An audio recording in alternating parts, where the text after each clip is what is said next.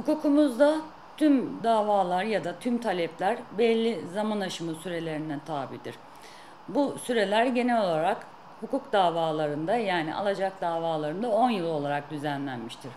Ancak dönemsel alacaklar dediğimiz kira alacakları gibi her dönem yani aydan aya ödenmesi gereken dönemsel alacaklarda zaman aşımı yasa koyucu tarafından 5 yıl olarak düzenlenmiştir. Genel olarak alacak davaları ya da alacak taleplerimiz 10 yıllık zaman aşımı süresine tabi olup dönemsel alacaklar dediğimiz kira gibi alacaklar ise 5 yıllık zaman aşımı süresine tabidir.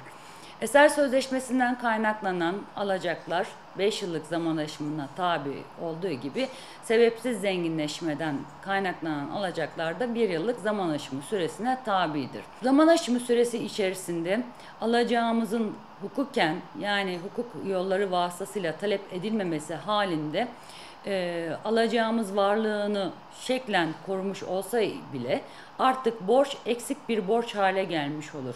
Bunun anlamı şudur.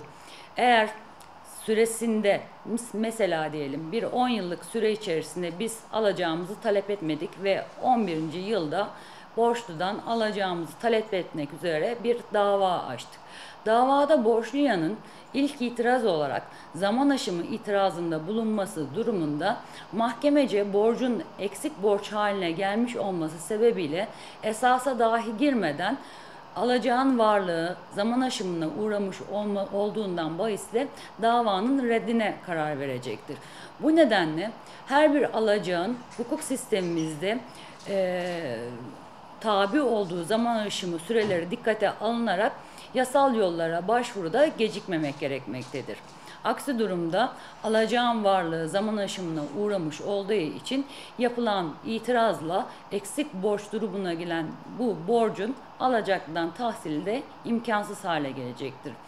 Bir hususa özellikle dikkat çekmek gerekiyor.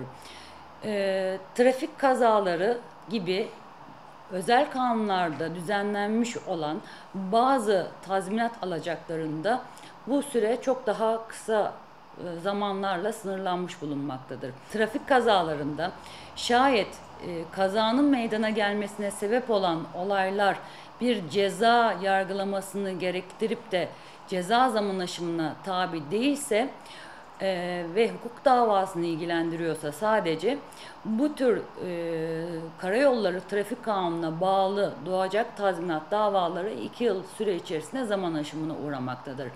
Ancak kaza nedeniyle şayet bir ceza davası söz konusuysa yani taksirle ölüme neden olma ya da yaralanmaya neden olma gibi bir ceza yargılamasında içine girdiği bir trafik kazası söz konusuysa bu takdirde hukuk davası zaman aşımı süresi ceza davası zaman aşımı süresine tabi olacağından sürelerde otomatik olarak uzamaktadır.